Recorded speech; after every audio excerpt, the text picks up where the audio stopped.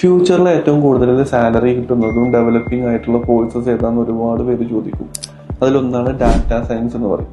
Data science ലോകത്ത് ഇനി വരാൻ പോകുന്ന 2030 വരെ ഒരു 40% ഹൈക്കിങ് കൂടാൻ പോകുന്ന മേഖലയാണ് IT മേഖലയിൽ ഡാറ്റ സയൻസ്.